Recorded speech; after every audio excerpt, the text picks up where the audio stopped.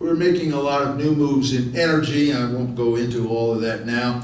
I will say I am requesting new CAFE standards, doubling the gas mileage of cars and light trucks, just for starters. This will be coordinated by my Secretary of Transportation, Ralph Nader.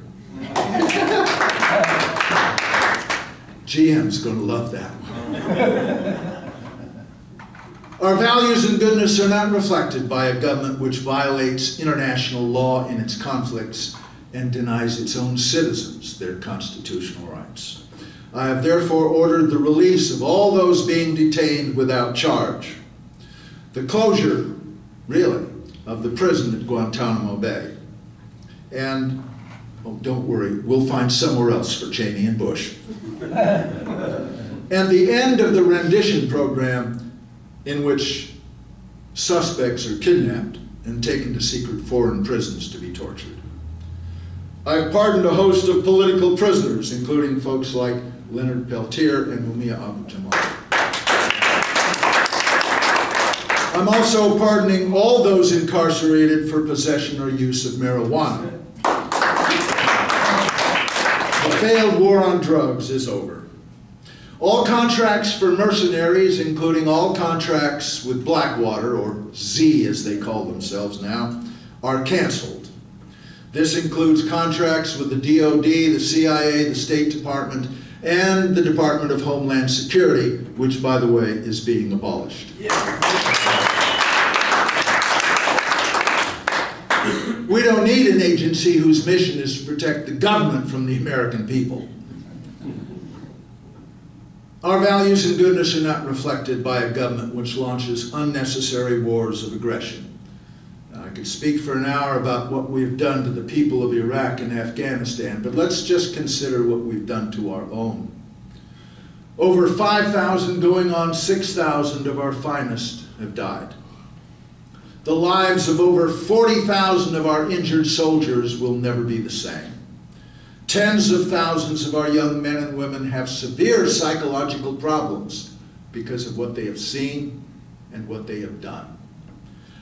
Hundreds of thousands are poisoned by depleted uranium and will suffer lives of pain and disability and will father thousands of children with severe birth defects. Our military services are depleted and demoralized. The VA system is underfunded and overwhelmed. The National Guard and Reserve have been subjected to tour after tour, disrupting lives for even the lucky ones who return unscathed. Jobs have been lost, homes have been foreclosed, marriages have been destroyed, children have been estranged. And for what? We've alienated our friends around the world and made new enemies. We've created thousands of new recruits for Osama bin Laden, whether he's alive or dead. And we have further endangered the American people. And the longer we stay, the worse it will get. You can't win an occupation. Within 3 months, we're going to support what's left of our troops by bringing them home while they're still alive. I've also ordered a permanent halt to the use of depleted uranium weapons. They will be destroyed and stored as the dangerous radioactive waste they really are. Our values and goodness are not reflected by creating thousands of disabled veterans in wars of aggression and then refusing to take proper care of them. The cost of caring for our disabled veterans from the Iraq War alone will be in the trillions of dollars over their lifetimes. But it is a cost we must bear. The care of our soldiers injured in action, racked with PTSD, and poisoned by depleted uranium is not a discretionary expenditure to be avoided by delay, denial, and bureaucratic red tape. It is a solemn obligation of this government, and it will be met. Our new Secretary for Veterans Affairs, Senator Max Cleland, will see to that. Our values and goodness are not reflected by a government which promotes a globalization which depresses living standards at home and allows corporations to destroy the quality of life in banana republics and client states all over the world. NAFTA has not only cost us millions of manufacturing jobs, but has allowed Archer Daniels Midland to undercut the price of corn in Mexico, driving millions of Mexican family farmers off the land and across our border in a desperate attempt to feed their family. In addition, the World Trade Organization, the International Monetary Fund, and the World Bank have caused untold suffering around the world. If we can't reform them, we will abolish them.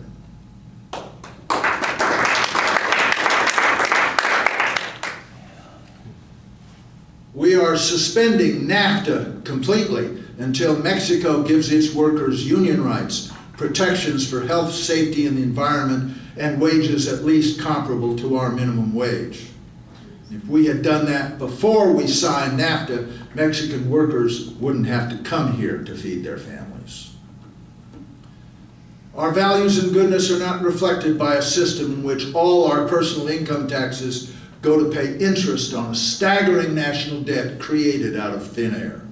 The Constitution authorizes Congress to coin our money, not a private cartel. I ask Congress to eliminate the debt-based monetary system and pass legislation abolishing the Federal Reserve.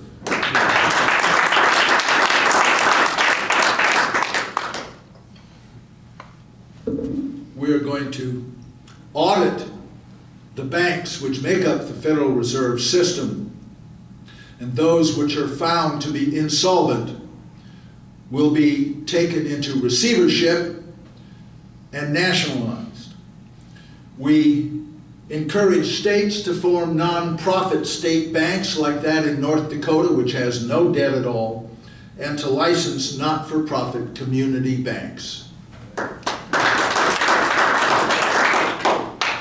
We're going to eliminate speculation by banks and financial institutions in derivatives and other risky forms of gambling. And we're going to put a Tobin tax on all financial transactions. These steps, the small amount of interest we will charge from federalized banks, and the Tobin tax will allow us to eliminate income taxes altogether. Our values and goodness are not reflected by a government which uses our money to train death squads in the techniques of torture, intimidation, and assassination. The School of the Americas, by whatever name they choose to call it, is closed.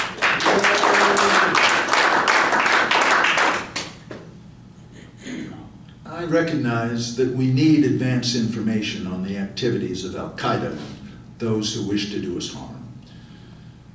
But our values and goodness are not reflected by, and our security is not enhanced by, an organization which promotes insurrection, instability, tyranny, torture, terrorism, murder, and war around the world in our name and with our money. John F. Kennedy and Jimmy Carter tried to reform the CIA to get it to stick to gathering intelligence. They failed. I'm not going to try. As of this moment, I am abolishing the CIA.